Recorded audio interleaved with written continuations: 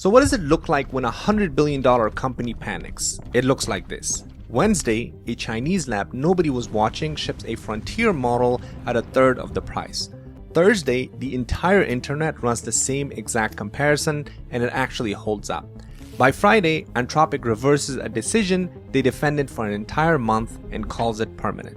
3 days, start to finish. Now, for the past several months, I've been building with these AI models every single day, and I have never seen the big labs move this fast. So I put together the most important week AI this year on one page. What dropped, what actually scores, why the price is the real weapon, and at the end, the one group of people who profit from this no matter which lab cuts prices next. Alright, let's jump right in. First, the setup. Now, for the past 2 years, two companies have owned the best AI models and they set the tone. OpenAI and Anthropic. The best models sit behind the priciest subscription and consumer software, $100, $200 a month. And look, I pay for the top plan myself, happily, because when nothing else comes close, the price is the product. But that toll rests on one bet. Nobody matches the frontier for less. And for 2 years, nobody actually did.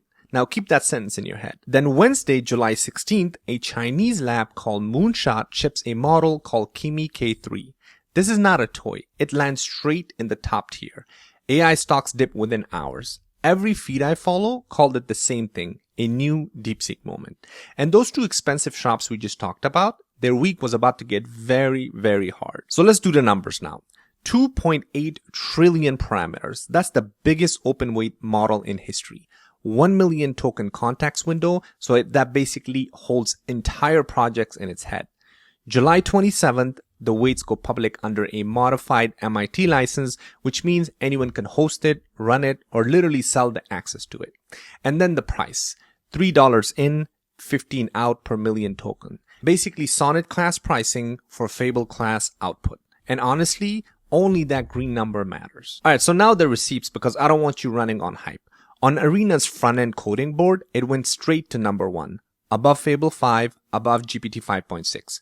Terminal bench, 88.3, GPQA diamond, 93.5%, and the strongest open weight results ever published. But here's the honest part. On the GPT val, which is basically the benchmark that measures real work across 44 occupations, it actually came third, behind Fable 5 Max and behind GPT 5.6. So no, it did not crush Frontier. It did something big labs should fear more. It got close enough that price starts making the decisions for you. And this is the picture that should keep every pricing team in San Francisco up at night.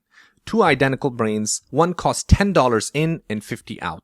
The other costs 3 in and 15 out. And with caching, K3's input drops to 30 cents. That's remarkable. Now creators ran the same prompts on both models on day one.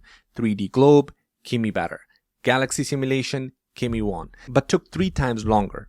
Stacking game, tie, research pages, even. The verdict going around, roughly 98% of Fable 5 at Sonnet prices. Slower, cheaper, extremely close. And when quality ties or even comes close, price always picks the winner. Now watch the timeline because the timing is the actual story here. Because for an entire month, Anthropic kept calling Fable 5 on subscriptions temporary.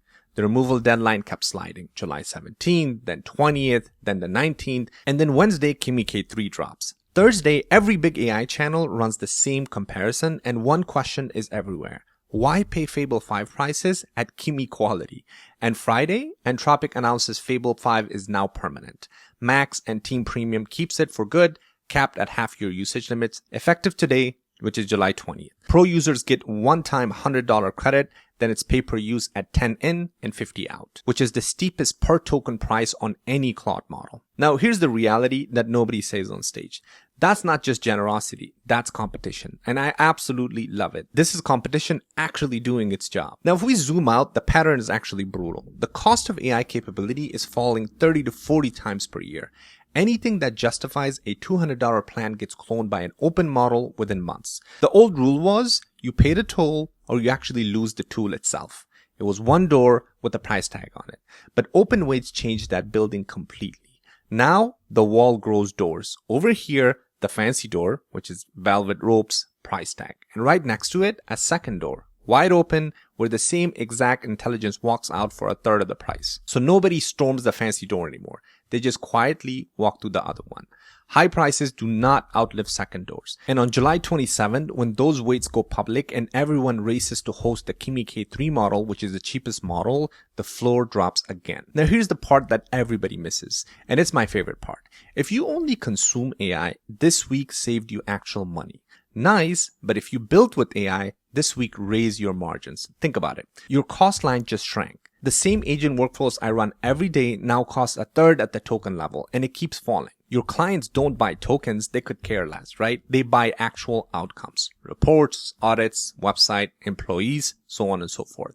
The invoice stays the same while the cost underneath it shrinks. And models are basically engines. You own the car, your skills, your workflows, your systems, they transfer across every single model. The stack on top is the moat. Cheap intelligence does not kill the builder economy. It actually subsidizes it. So I'm going to give you a quick example. For instance, this is my AI second brain. Basically, everything in my business runs through my assistant Jarvis here. But essentially, all of this sits on top of Fable 5 right now. As you can see, even Jarvis runs on Fable 5 for me. And a lot of this is through API. So you can imagine everything I built, it cost a lot of money. Jarvis, so a new model came out, an open weight model came out in the market. And since you run on Fable 5, I was just trying to see, what do you think about that? The difference between a paid model like Fable 5 and like an open source model like Kimi 3.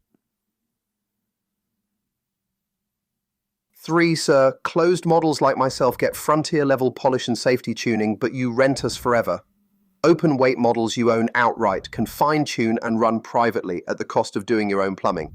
And support wise, one comes with a lab behind it, the other with a Discord server and a prayer. In short, I'm a butler on retainer. They're a very capable stray you have to house train. Okay, thanks, Jarvis. I just wanted to get your opinion on the free model technically, or an open weight model, because I wanted to see if it makes sense for me to switch your brain to this open weight model. A fair question, sir, though asking me whether to replace my own brain is a touch like asking the butler if he'd fancy being swapped for a Roomba. Honestly, if the open model matches Fable 5 on reasoning and tool use, the savings are real, but test it on your actual workflows first, because benchmark hero production disaster is a well-documented genre. That's actually a good point that Jarvis mentioned, because as soon as open weight models like this hit the market, the first thing that happens is obviously people start to build on top of it, right? And that's the real test, because so far it's been kind of an introduction in the market. So once these open weights actually become public, that's when the real test becomes. But so far, it's looking incredibly good. All right, so finishing this off with the scorecard. A lab you had never heard of matched the best model in the world at a third of the price. The biggest lab on the planet answered within 48 hours. And your subscription got better because the war is still on. 3 things I'm watching from here.